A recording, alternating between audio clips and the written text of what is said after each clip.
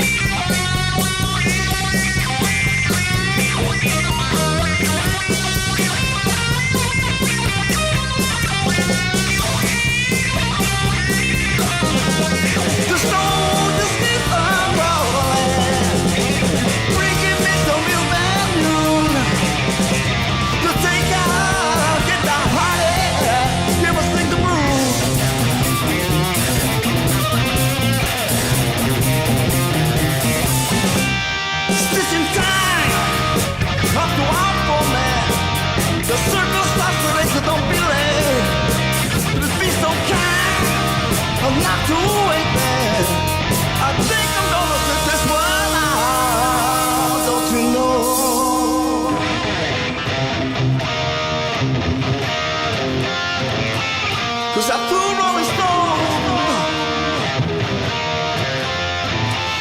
to a Rolling Stone, yeah. Oh, like a Rolling Stone, yeah. Oh.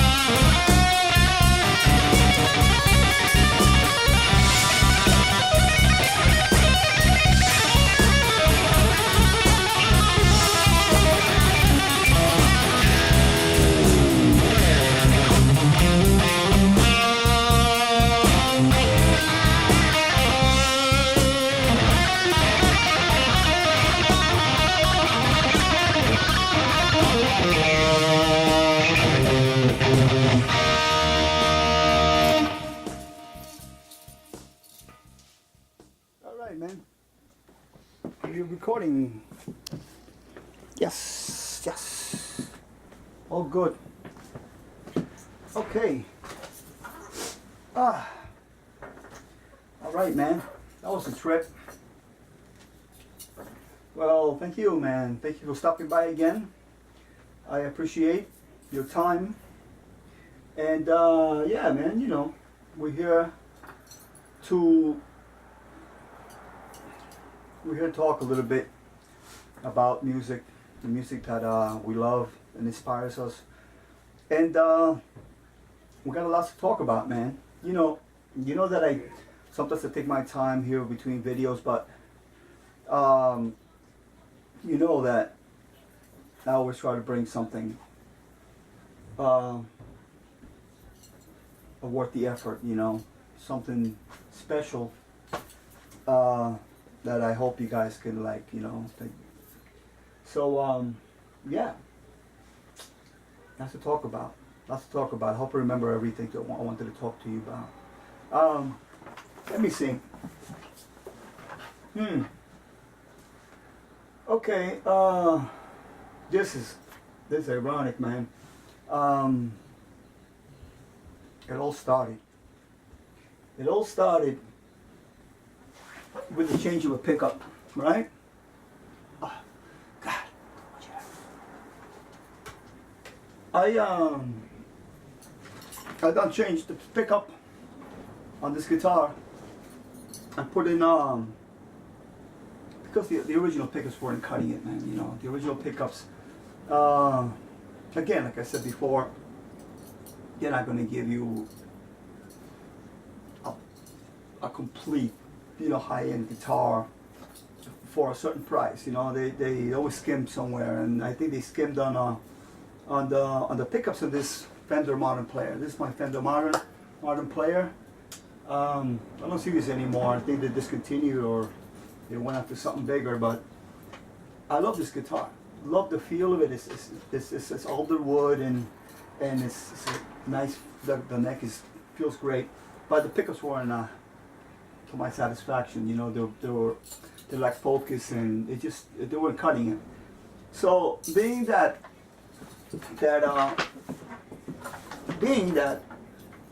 you could see the guitar from here. Being that on my Rhodes, my Jackson Rhodes has Seymour Duncan's TB4s, right? TB4s, are they? SH4s, TB4s, I think. On the Jackson Pro, the white guitar I played the Aussie stuff with, and those pickups are excellent, man. So I like this. I like the attack and the bottom end and all that.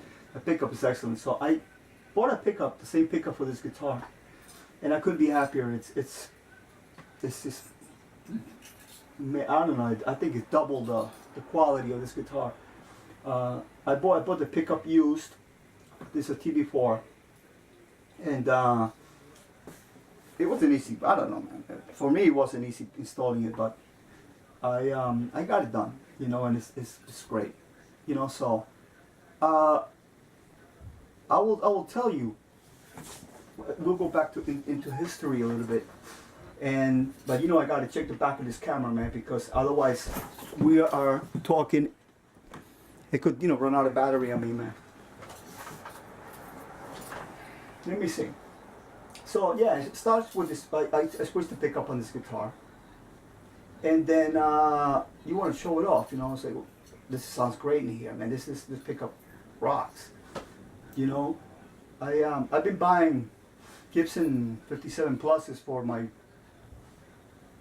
Les Pauls, and for I've installed a Gibson 57 Plus on the BC Rich. So I said, all right, let me check out the Seymour Duncan's, same ones that are on my Rhodes. I'll put it in here, and I would recommend these pickups, man. They rock, you know. So this guitar here, now with this pickup, right? I said, this is the gain is the attack, the bottom end, right? It reminded me. Now dig this. This goes back. It reminded me of White Lion. White Lion, the metal band, right? You know Vito Bratta, right? Vito Bratta, I think in the early days of White Lion, the first album, I think he was playing White Strat, right? And there's some videos out there from my favorite Home Away from Home, you know, the Moor, the rock capital of Brooklyn. And there's one video there where he's playing that guitar, and it's very overdriven, you know, a lot of gain. And this is a regular Strat, you know, just like this, like a regular Strat. It's not, you know, like in the 80s, they started maybe developing the Strat to be more for more hard rock application, right? But the 70s thing is you do with overdrive regular Strats, you know. Eddie Van Halen, going back to Eddie Van Halen, he modified his Strat, right? But I like that. You know, I like the fact that he was getting a massive, and I love that tone he was getting at that in those days. You know, it's like a more of a natural, organic sound on a regular Strat, overdriven like that. Of course, he had a humbucker though on it though. Totally Van Halen. In fact, let me tell you a historical feature, a historical fact here. I was, what, 18 years old, 19, 18, 17, 18. And the first band, one of the first bands, if not the first band I saw at Lemoore, the rock capital of Brooklyn, club in Brooklyn, legendary, you know, was a cover band. And I think it was Brito Bratta. And he was playing Van Halen stuff. I think he was in a band called Dreamer. And that's the first cover band I ever saw in my life. And I remember him because he had a good look, you know, he had a good, like a long hair, and like, I was like a young kid. I was like rock star, you know. He wasn't a rock star then, I wasn't on his way then. But yeah, he had the whole package. Anyway, so I was blown away by the Van Halen stuff and the tapping and all that. So that's what, you know, I changed the pickup on this guitar, and it led me through all that. I started looking into the old White Lion and how to tap, because let me tell you something here. As I check the back, yours truly was never really a tapper guy. You know, like I love Van Halen. I grew up in Van Halen, but I am not a tapping kind of guy. You know, I didn't do much tapping. If I did tapping at all, I would do it. I used to pick. You know, I got that from Sabotage, from Chris Oliva. I think he would tap with the pick, maybe. For some reason, it goes back to Sabotage. And I would take, you know, some lines, some licks, some maybe little, you know, not too much tapping. So I was never really a tap guy, you know, like Steve Lynch and all that. But since I changed this, and this reminds me of Peter Bratta's early guitar and the gain and all that, I said, you know, I started going into tapping. And that's why I did in this Robin Trower song, I did some tapping, you know, because I've been practicing a little bit more. I'm getting into it now, 50 years later, right? But and then I'm discovering some silly stuff, man. That I tap with the pick mainly. If I use my fingers, I would use the middle finger, you know, and then I said, you know what? Let me see these guys here. And I think this guy taps with his first finger. And I'm tapping with my first finger, and I got more control with the first finger than the middle finger. And then I'm like, oh shit, this is good. I could really tap it, and like it. So I said, let me do a long ass run. And but ironically, I mean, that's the story of my life. It's all like, if I want to tap, which I should have picked a Van Halen backing track or something, right? A Van Halen song, but I picked a Robin Trower song. Out of all tracks, you know, and I know you guys have some of the blues purists out there are may not take kindly to my rendition, but hey, dig, man, this is just a version. I was very influenced by Robin Trower. I'm a hard rock dude from the 70s. You know what I mean? We're a certain way. We like to be a certain way, you know. So because I decided to do the Robin Trower with with a little bit more gain. Maybe my sound, this sound I'm getting here, since the pickup change. And I've done the Hendrix kind of like clean strat. I did the Little Miss Lower, I did the Voodoo Child. I said to myself, let me do Robin Trower more my way. If I was playing with my sound, you know. I'm not gonna have a Metallica sound on it, man, but you know, a little more edge, you know. All right. Well, the battery died on me, man. But I caught it. I heard the beep go. All right. Last time the battery died, I was still talking. Anyway, so where was I? Yeah, so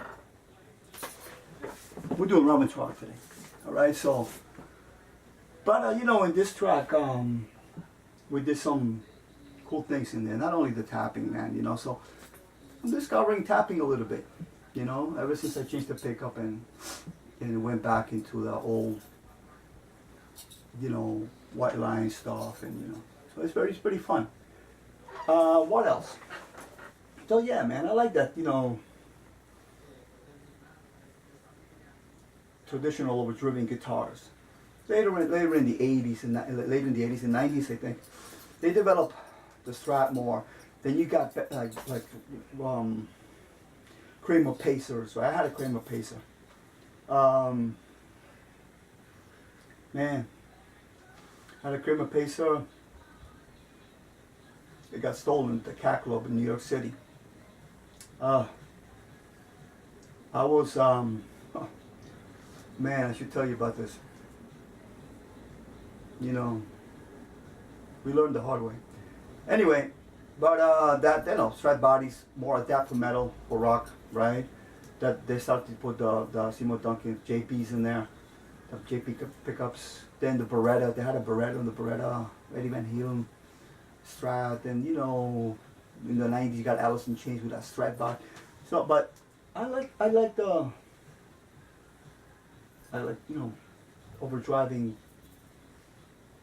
you know, traditional guitars. I think it looks like a nostalgic vibe to it.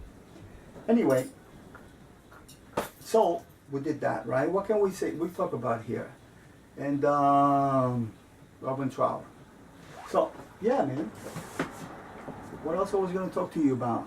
We did the tapping, and no, check this out though. The backing track, man. This backing track, I found this backing track. I found it, right? And let's talk Robin Trower now. Let's talk the blues stuff here. I've done Robin Trower in the past. I've done a little Sympathy, I think, but I was focused a lot on guitar playing.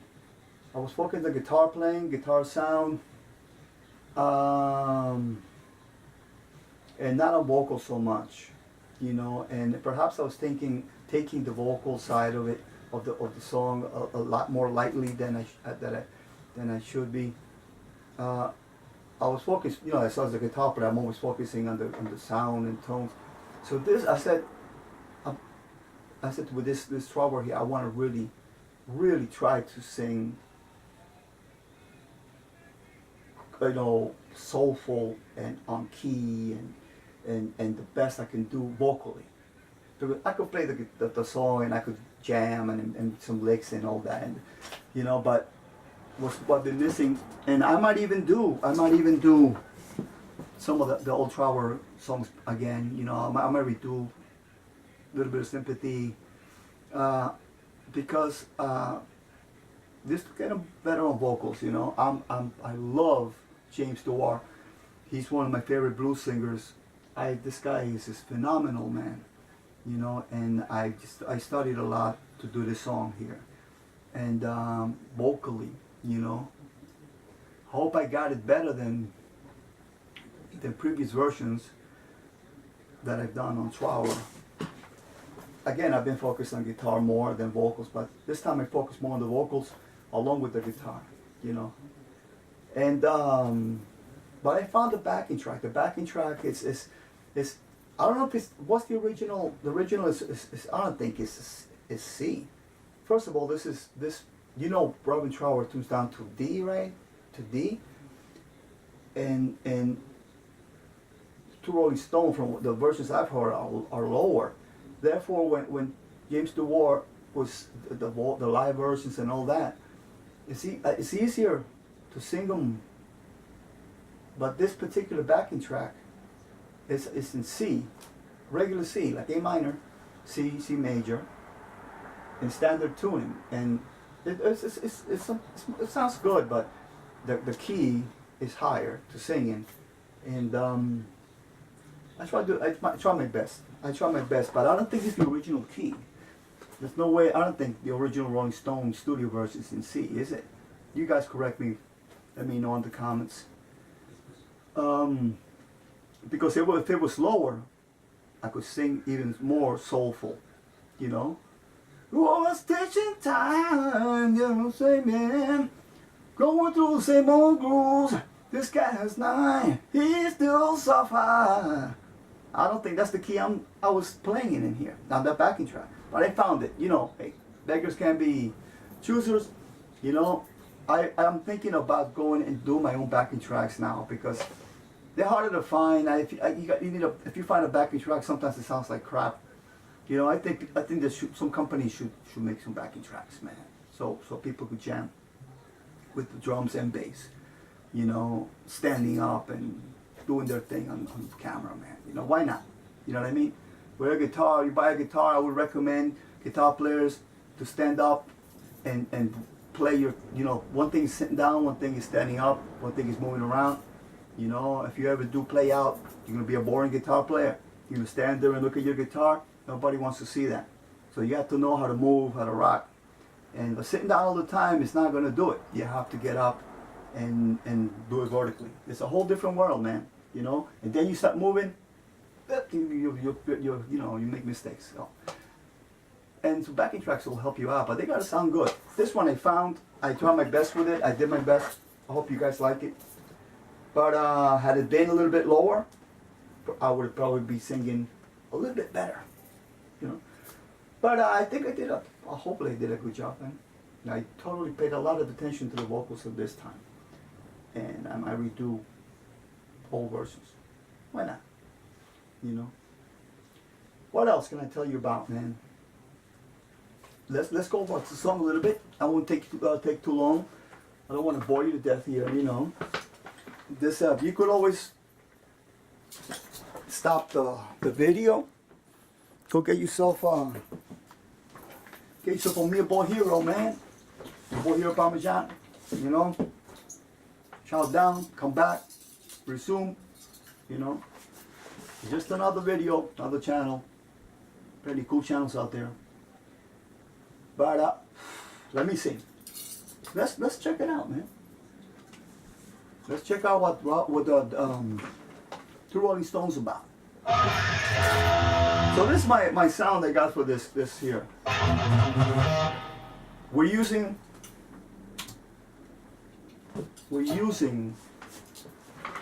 now, what are we using here, man? I'll show you, man. I'll share with you the deal to get the sound. All right, let me see. We see. We're using the ultrasonic. Ultrasonic's a heavy ultrasonic, right? We got a rack pedal. A rack thing here. Ultrasonic got the wah, real wah. The ultrasonic is overdrive, no EQ. We got some stereo reverb. We go into a measure rectifier IR, right? So it's a pretty all right, man. Excuse me. Go back to the gear here, right? We got so basically the ultrasonic's a heavy gain amp, man. You know what I mean? I would suggest you guys to get a play around with the bias and variacs. the advanced features here, man. You get yourself a nice thick tone. You know, the Rat. Let me tell you, I played. That's my favorite pedal. That's my favorite pedal. It was my favorite pedal back in the '80s. The old Rats. I got a double rack, 2 Rats. This is, you know, those are rare. I got an '80s Rat. Hope you got time. If you know, if you got the time, we got the jive. Not the beer. We used to have the beer, but we had to let that go. It's killing me, man. Check this out. Speaking of Rats, right? 1980s Rat with the real chip in there. I used this mainly in the 80s and 90s live. They're very good. I got one on my pedal board. I got an analog pedal board, you know, a piece of wood with the pedals on it, you know, like the old school. You Velcro them down, right? And I got a big box, what they call a big box Rat. This is the regular Rat. This is an 80s Rat though. It doesn't have the LEDs like the old 80s, early 80s. And but under my pedal board, I got a big, what they call the big box Rat. Let me tell you something, a fun fact for you. When I bought that big box Rat, right? I think I bought it on eBay because, like I said, I used Rats back in the day and I missed them, you know. And I said, let me get a Rat. I was playing out with this band in 2006, 2007, and they got here. The Rat got here, and I said, well, let me hook it up. And I went to open you know, it's hollow mostly. I went to open the battery compartment, and $200 came out. I swear to God, $200 came out of somebody has stored 200 smackers in the compartment of the Rat. Finders keepers, losers weepers, man. You know, I'm telling you, you know what I mean? And that was a night. And you know what? On top of that, I swear, I ain't jiving, man. This was in Christmas, during Christmas time. So I said, man, this is divine intervention, man. You know, I got a gift here. I got a Rat plus $200 inside. Oh man, fucking hit the strip joint, man. Anyway, but true story, man. My Rat, my big box Rat. So I love Rats, right? And that's what I'm using. They call it a cat, but it's a rat. It's a Rat, and so that's it. So it's a pretty heavy gainy sound, man. You know what I mean? Whoa, I lose my balance here. And so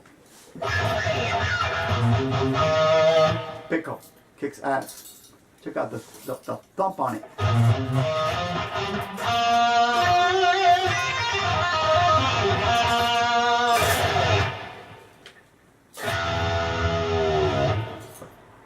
Standard Strats with the humbucker will give you a more of an organic sound, and I got no fear of dive bombing up.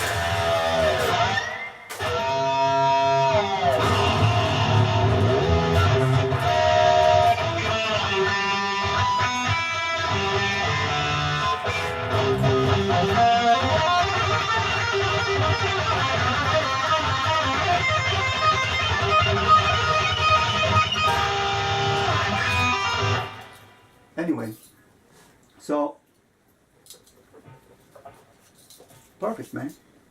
Then you put on the one pickup, you get the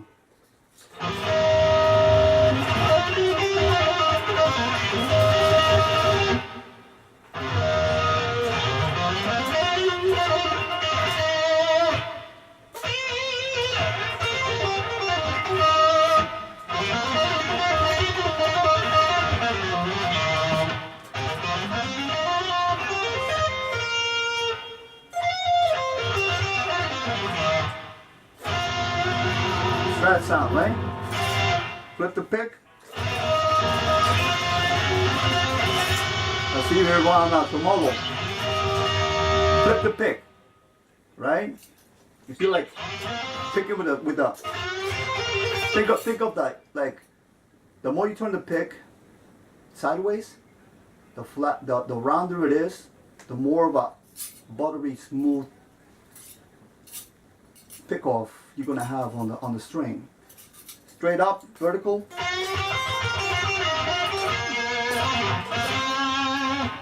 You know, a little bit more rounder. You start hearing the difference.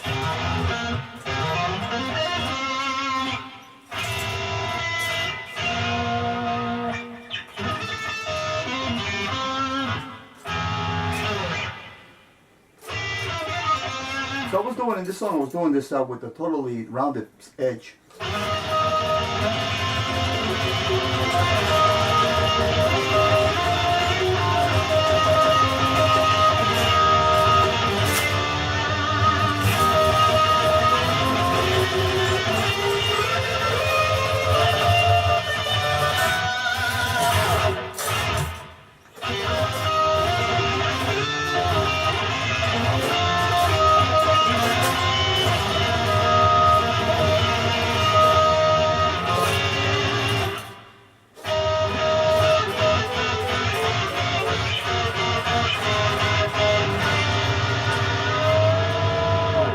See what I mean? Beautiful sound.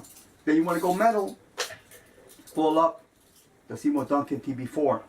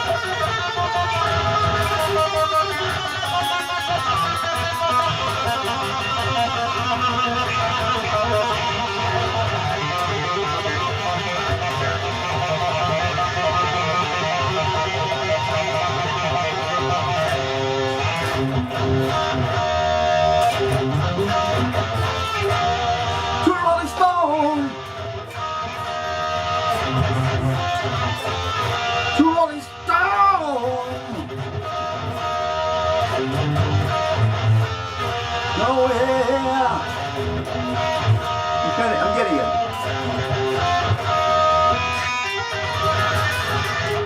See what I mean?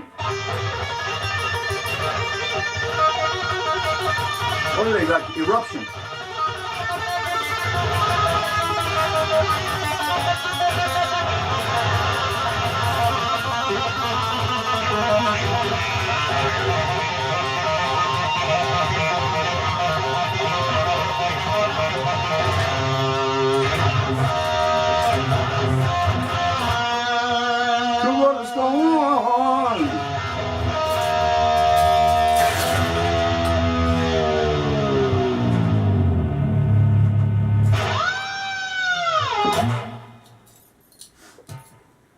So I'm going to show you that. I'll show you that this line, right? The tapping line. It's we're with two Rolling Stone, right? And C, like I said. Two Rolling Stone. Oh yeah. Two Rolling Stone. Oh yeah.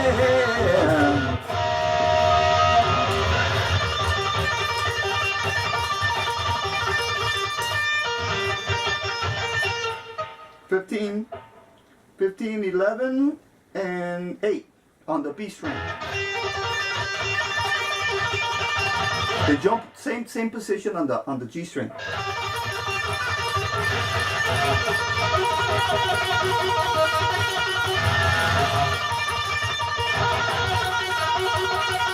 Yeah, from then on you slide, you know, slide exactly like that. Don't change anything, you slide down. But keep the form, you know what I mean? I'm talking about.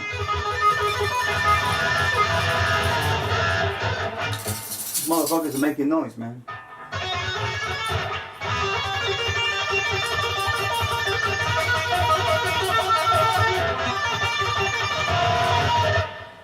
And groove.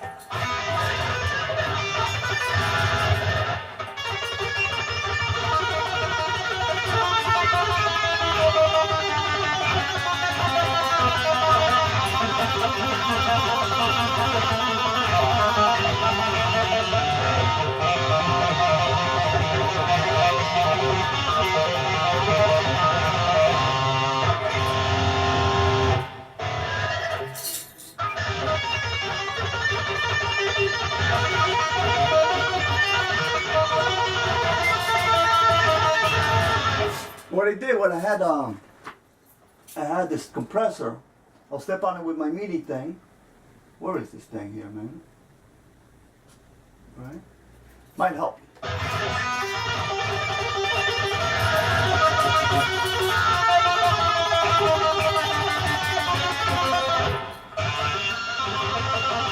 Continues on the, so you slide down the G string, and then you continue on the D string, 5th fret, 8th fret, and 10th fret.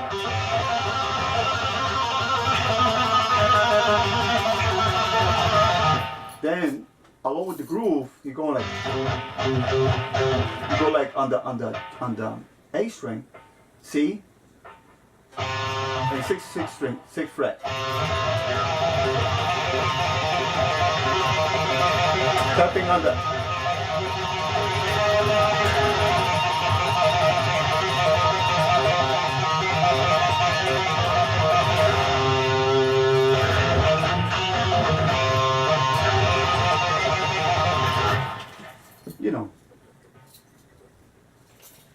you know, my sound is more, is rigid, you know, it's got a lot of,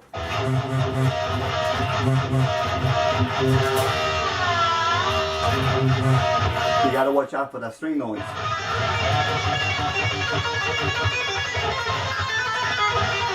I'm not gonna put any socks on my, my headstock to quiet anything, you know.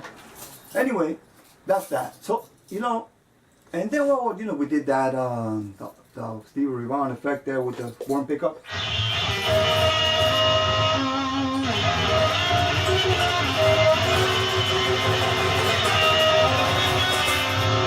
This chord here is just C minor. Then just go flat on the first. It's the groove nice.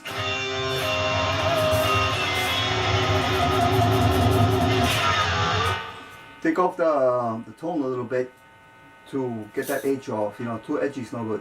You want that underwater effect. You know, Stevie Ray, timpanelli thing.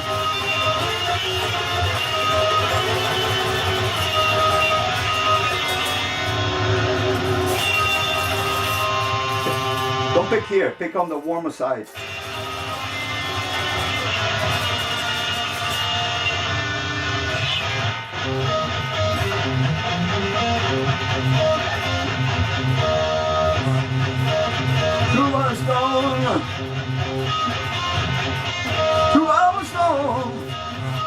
Oh yeah.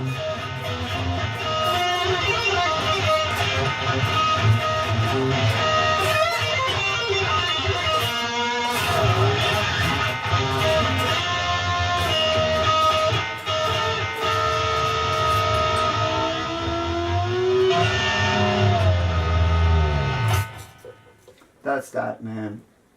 So, but you know, the main riffs, man, you know, let's do it with the warm-up bit. Well, I did it with the edgy thing.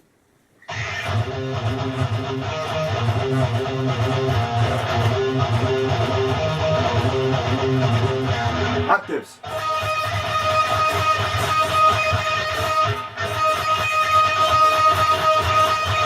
Main riff.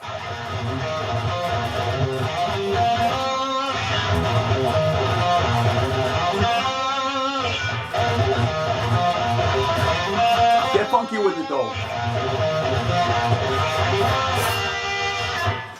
Right, last one is ba-da-ba-ba-bow, ba-da-ba-ba-bow, right?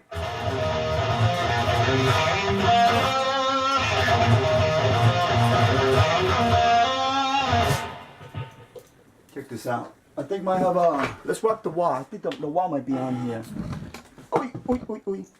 Excuse me, excuse me. I hope, am I still on? All right, man, I think I should be in focus. Otherwise, I'm on artichokes, man.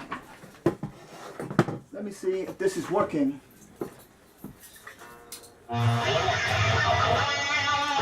Wah's working, right? The MIDI wah. I didn't try it. I don't think I used it on the beginning. I used it on the solo.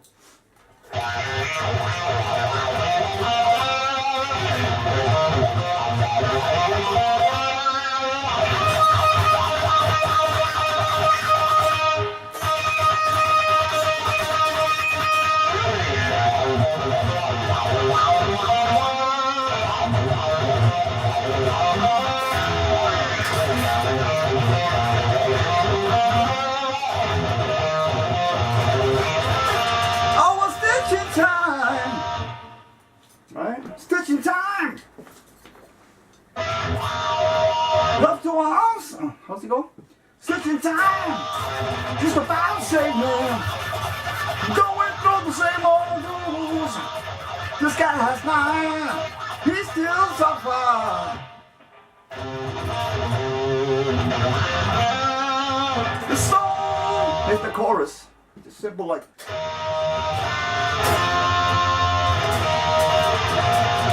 I did this little line here that I like doing the octaves. Kind of my Hendrix thing. It's like, stone just keeps on rolling, bringing me some real bad news. To take out, get the heartache, give us sing the blues.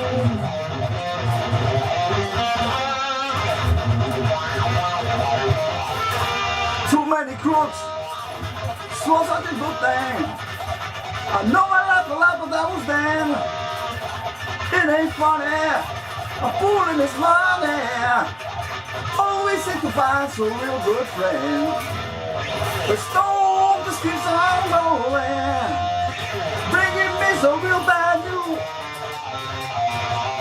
Nice, right? Just take her, get the hot air, give her sing the blues.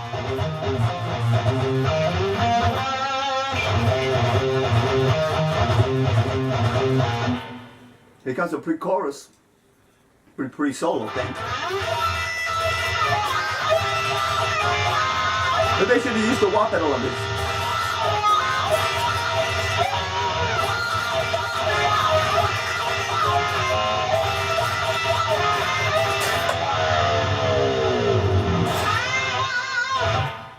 The wah pedals on the solo though.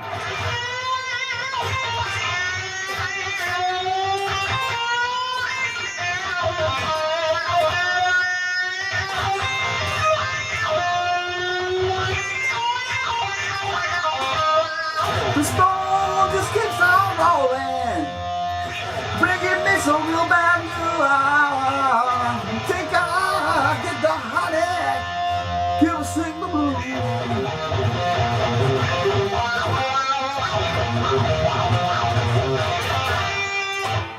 Stitch in time. Anyway, so on and so on. That's pretty much it, man. It's a great song, simple, but rocks. And again, I tried to pay my most respects to the vocals this time. All right. And hope it got over. The whole thing was gelling, you know. And hope you guys like it, man. You know, I'm not going to keep you any longer. We'll make something different next time. Something, you know, I might take my little time, but, you know, I'm almost preparing something very special for you guys. And thank you for stopping by, man. I appreciate it very much. And keep on rocking, man. You know, keep playing your guitars, man. It's a wonderful hobby, man. You know, you study, get yourself excellent tones. You know, practice, get better. It's like, it's wonderful. All right. So, and listen to bands like Trower, man, you know, and Hendrix, because that's where you got some blues, a blues foundation. It's a necessity to have a blues foundation, man, you know, and that's what's missing sometimes, you know, a lot more blues, man. You know, a lot of people have this, you know, a lot of this tapping and all crazy licks and all this, you know, spider webs, man. But they're messing with blues soul, man. You know, and it's hard to get. You gotta get into a groove, get into a vibe, show some respect and for that old style, and you'll get it. You get it. Once you get it, man, you just like it's an acquired taste, and you'll be. Too many crooks, supposed to do a good thing. All right, I'll see you next time. All right, rock on. Cheers.